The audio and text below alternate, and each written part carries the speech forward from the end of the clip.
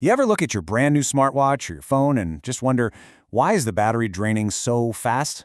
Well, a big part of the reason is kind of hiding in plain sight. It's the incredible and, yeah, incredibly power-hungry AI that makes all of our devices so smart. Today, we're going to dive into a pretty radical solution to this hidden energy crisis, a solution that comes from embracing, believe it or not, a little bit of imperfection. So, to really get where we're going, we first have to wrap our heads around the massive scale of the problem we're trying to solve. And it all kicks off with AI's basically bottomless appetite for energy.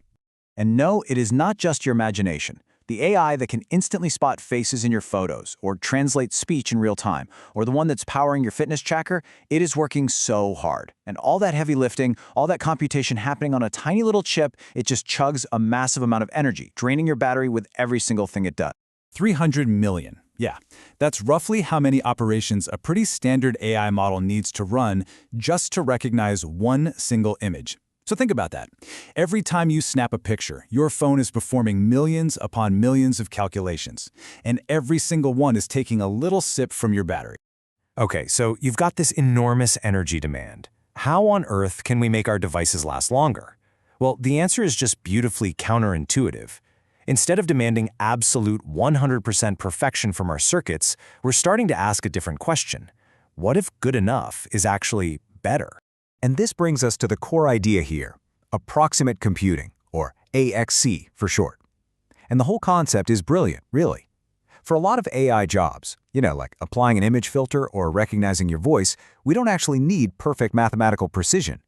So by intentionally allowing tiny, totally imperceptible errors, we can design hardware that is dramatically faster and way more energy efficient. And you can see that fundamental trade-off right here. That green path, think of that as traditional, totally accurate computing. It works, but look how high it is on that energy scale. Now the red paths, those are the approximate circuits.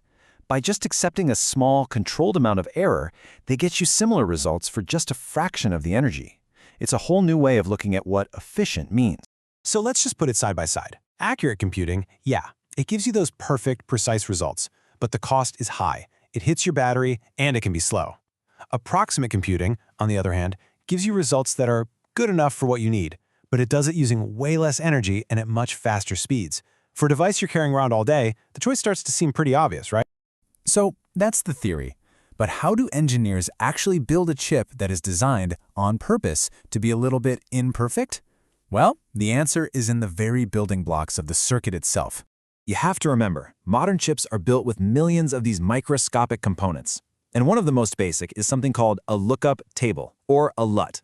The best way to think of it is like a tiny hardwired cheat sheet.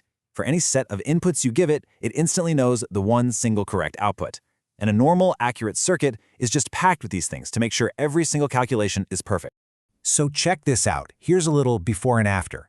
On the left, that's your accurate circuit. All its LUTs are there, doing their job. But on the right, that's an approximate version where an engineer has strategically pruned, or basically just removed, one of the LUTs. It's kind of like carefully removing a few threads from a giant tapestry. The overall picture looks pretty much the same to you and me, but it was made far more efficiently. Now, removing one of these LUTs sounds simple enough, but a real chip has thousands, sometimes millions of them.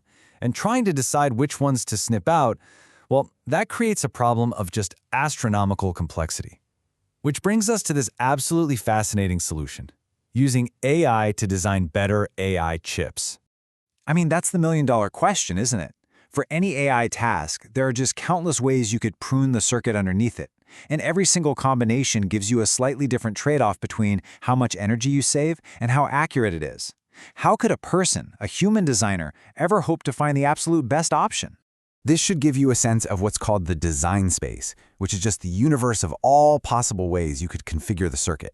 Even for something that seems simple, like applying a filter to this image, the number of ways you could tweak the hardware to do that is just mind-bogglingly vast.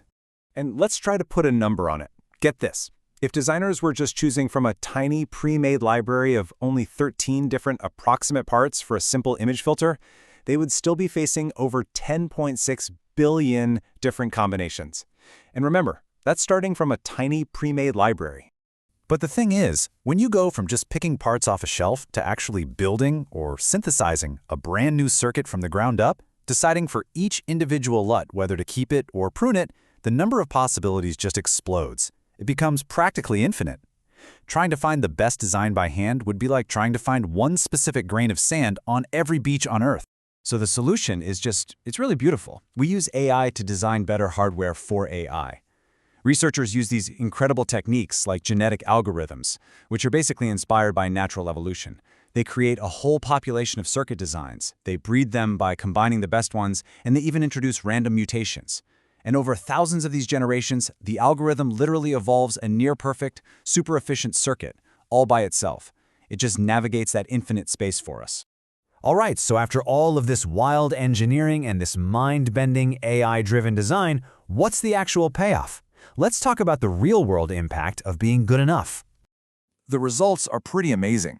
For basically the same level of quality in the final image, an AI-designed approximate circuit can save nearly 20% more energy than other software tricks people use. I mean, that's a direct, significant boost to your device's battery life right there. And this graph really drives the point home. See the red dots? Those are designs you get if you just pick from that pre-made library. Now look at the green dots. Those are the circuits the AI created from scratch. It's not even a contest. The AI method consistently finds designs that are just way, way better, giving you lower error with less energy. It's a total win. So what's the bottom line for you and me? Well, it means longer battery life for the phones and watches we rely on every single day. It also means we can cram even more powerful AI into smaller and smaller things, like smart glasses or tiny medical sensors. And on a grander scale, it points us toward a much more sustainable future for technology, where we get all the cool benefits of AI without the huge energy bill. All this really leaves us with a pretty provocative final thought to chew on. For decades, we have engineered all our technology to be absolutely perfect. But as we build this smarter, more AI-driven world, this research really forces us to ask, how much of that perfect mathematical precision are we actually willing to trade for a world that's more efficient and more sustainable? The answer, it turns out, might just be good enough.